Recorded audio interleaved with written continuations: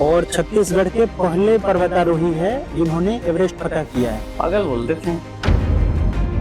सबसे कठिन पल कौन सा था? तो ये मेरे लिए बहुत टफ रहा। माउंट एवरेस्ट से आपने जिंदगी के लिए क्या सबक सीखा? तो बैरियर जो होता है करियर में, वो फर्स्ट पर्सन को ही होता है। थकान, ठंड और डर एक साथ हो तो इंसान खुद को कैसे मोटिवेट रखता है? अगर मृत्यु का भय नहीं है ना, तो बाकी सब चीजें छोटी पड़ जाती हैं। दोस्तों, आज हमारे साथ मौजूद है देश के जाने माने पर्वतारोही और माउंटेन मैन के नाम से मशहूर राहुल गुप्ता।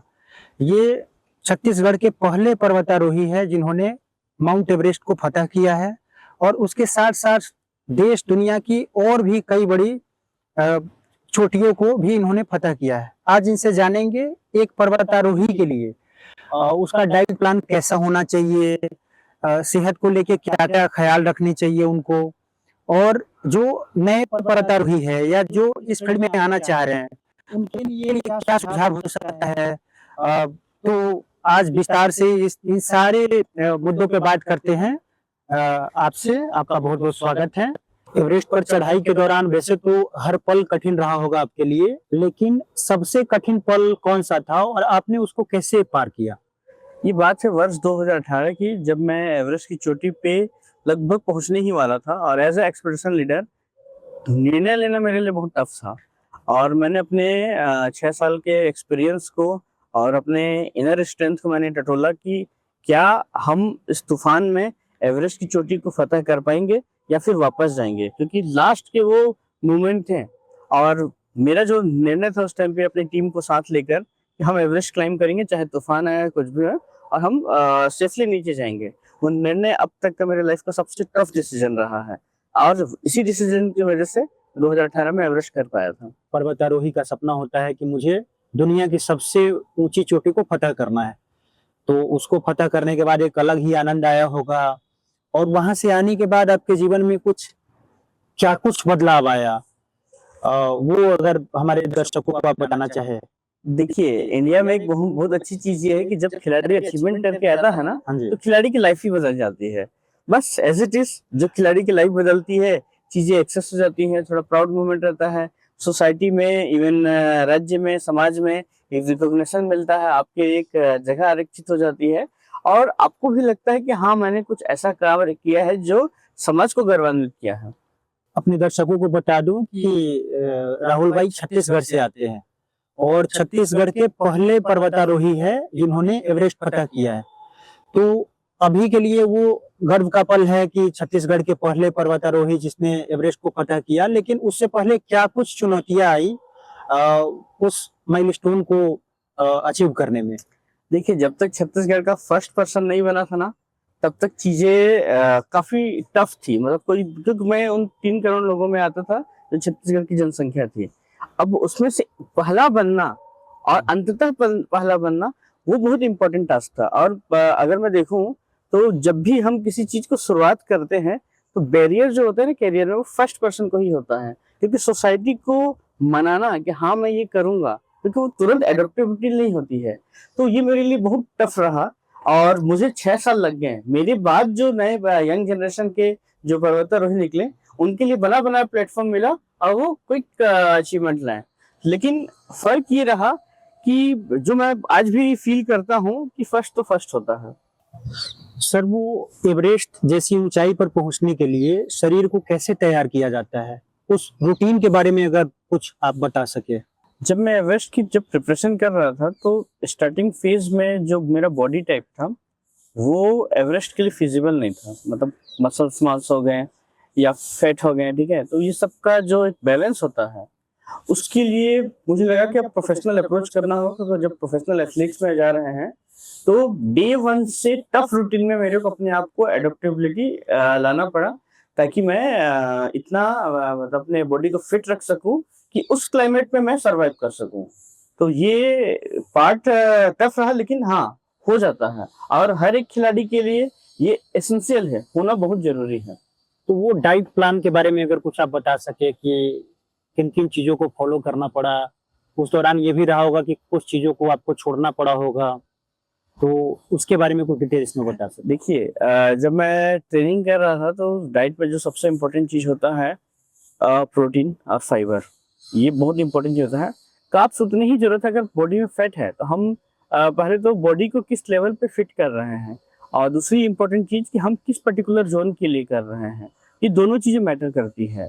तो कई बार ऐसा था कि जब मेरा फेट ज्यादा होता था तो मुझे बाकी चीजों को बैलेंस करने के लिए तो डाइट हमेशा फ्लक्चुएट होते रहते थे। तो मेरी डाइटिशियन है डॉक्टर जूली पांडे जी, वो फिक्स डाइट देती थी, और उनका भी एक स्ट्रिक्टली रूल था कि अगर सपोज अभी मुझे शुगर नहीं लेना है, मतलब शुगर इंटेक नहीं चाहिए, बिल्कुल नहीं लेना है। तो कई बार ऐसा रहा कि मैं 6-6 महीने तक शुगर इंटेक लिया ही नहीं है। लेकिन सम टाइम जब क्रेविंग होती थी, चीट डे चीट मील जिसको बोलते हैं, उस दिन मेरा शुगर डे ही रहता था। तो आपने जब इस बारे में अपने परिवार को, दोस्तों को बताया होगा, तो उनकी क्या प्रतिक्रिया थी? पागल बोलते थे। अब पागल इसलिए बोलते थे कि उनका मानना ये था कि इतना ब्रिलियंट लड़का जो इस देश के किसी डीएम, मतलब डिस्ट्रिक्ट का डीएम हो सकता है, ठीक है, जो कहीं किसी पॉलिटिकल व्यू में अच्छा जा सकता है, कोई फॉरेन एजुकेशन मिला सकता है, वो एवरेस्ट क्यों क्लाइम कर रहा है। बट सच कहूँ तो मेरा मानना यह था कि एवरेस्ट मैं एक अचीवमेंट के लिए नहीं किया, एक जिद के लिए किया। और जब मैं वो करके आया ना, तो इस दौरान जो जर्नी थी मेरी, ठीक है, ये मतलब मेरे को एक लाइफ में एक अच्छा इंसान बनने के लिए सेट की। आज मेरे लिए सब कुछ आसान है और सब कुछ कर सकता हूँ, मतलब ये पर्टिकुलर स्टक नहीं रहा। तो मैंने अपने घर वालों को या अपने फ्रेंड सर्कल को, सोसाइटीज को ये कह के मैंने मतलब बोला कि भैया मैंने तो कर लिया, ठीक है, जो मुझे लाइफ में करना चाहिए था। अब जो कर रहा हूँ, वो जो मैं सीखा हूँ, वो और बेहतर कर पा रहा हूँ। अच्छा, इस दौरान कुछ ऐसे भी तो लोग रहे होंगे जिनको आप पे भरोसा रहा होगा कि हाँ राहुल ये कर सकते हो, तो ऐसे भी कोई दोस्त या परिवार में ही कोई ऐसा सदस्य रहा हो जो हर कोई विरोध तो नहीं किया होगा, या ऐसा तो नहीं है कि हर कोई विरोध कर रहा है, मुझे जिद है कि नहीं मुझे ये चीज अचीव करना है, तो सबके विरोध को दरकिनार करके और फिर आपने इसको अचीव किया? जब आप डे वन पे जब आप स्टार्ट करते हैं ना, कि एक जर्नी जब आप सेट करते हैं, गोल सेट करते हैं, डे वन पे जब आप स्टार्ट करते हैं, तो जो सबसे पहली चीज ये थी कि रिजेक्शन लिस्ट आपकी लंबी रहती है। लेकिन जब आप कंटिन्यू उसको करते हैं तो लोग भी देखते कि नहीं यार ये पागल है, कर लेगा कर लेगा कर लेगा। तो समटाइम्स कुछ लोग आपको क्रिटिसाइज करते हैं, लेकिन कुछ लोग ऐसे भी होते हैं जो साइलेंटली आपको सपोर्ट करते हैं। और उस दौरान आपको कोई ना कोई तो देखते रहता है, क्योंकि मेहनत किसी से छुपी नहीं जा सकती, वो दिखती है सबको। तो जब कॉलेज के दौरान थे तो सबसे पहले वो मतलब जो एक होता है ना कि हीरा को कोई पारखी देख पाता है, तो वहां पर मेजर डॉक्टर एस के कौशिक सर थे, मेरे एनसीसी के हैं, वो देखे। कुछ मेरे एनसीसी के फ्रेंड थे जो मेरे को इनकरेज किए, क्योंकि मेरा इंटरेस्ट इसमें था। हाँ, बस ये है कि फिटनेस को लेकर मजाक उड़ाते थे, लेकिन साथ भी देते थे, ठीक है, कंपटीशन भी करते थे, साथ भी देते थे, क्योंकि फिटनेस मेरे लाइफ का पार्ट नहीं था, क्योंकि मैं शुरू से पढ़ने वाला बच्चा रहा हूँ। तो फिटनेस मेरे 18 साल जब मैं कॉलेज में गया, तब वहां से जर्नी शुरू हुई है। मतलब मैंने रिवर्स चीजों को सीखना शुरू किया है। और जो जब मैं ये स्टेप बाय स्टेप करते रहा तो अच्छे अच्छे लोग मिले। और आज ऐसा है कि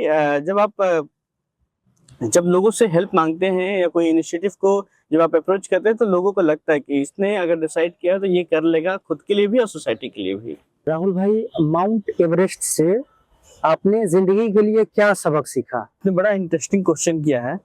एवरेस्ट से मैंने सीखा है, जो एवरेस्ट ने मुझे पर्सनली सिखाया वो है पेशेंस, दूसरा हम्बलनेस, तीसरा डिसिप्लिन, कि अगर आपके पास डिसिप्लिन है तब मेरे जैसे एक विराट पहाड़ को भी चैलेंज कर सकते हैं। और चौथा, जो मेरे पिताजी डे वन से कहते थे कि देखो सक्सेस मिलेगा ना तो गर्मी भी आएगी, गर्मी को कंट्रोल करना सीखना, ठीक है, जैसे ठंड को कंट्रोल कर सकते थे तुम, इसी प्रकार से सक्सेस, आफ्टर सक्सेस गर्मी को कंट्रोल करना सीखना। और वन मोर थिंग जो लाइफ में मैं तुमसे चाहता हूँ एज अ मतलब तुम्हारा फादर, कि एक अच्छे इंसान बनो। सक्सेस तो तुम कर लोगे क्योंकि मैं इतना कॉन्फिडेंट हूँ। तो ये बात मुझे आज भी मोटिवेट करती है, क्योंकि एवरेस्ट का चैप्टर तो क्लोज हो गया, लेकिन एक लाइफ लेसन है कि मुझे एक अच्छा इंसान बनना है। और अच्छा इंसान का पैरामीटर ये होता है जो सोसाइटी में एक सज्जनता के साथ रहे, लोगों के लिए और समाज को कुछ दे, ठीक है, समाज से सीखे, और ये कंटिन्यूटी निरंतर रहे। थकान, ठंड और डर एक साथ हो तो इंसान खुद को कैसे मोटिवेट रखता है? देखिए, अगर मृत्यु का भय नहीं है ना, तो बाकी सब चीजें छोटी पड़ जाती है, ये मेरा मानना है। और यही चीज था कि सेल्फ कंट्रोल और मृत्यु पे, मतलब ये एक डर ना होना, ठीक है, सब चीजों को स्थिर कर दिया था।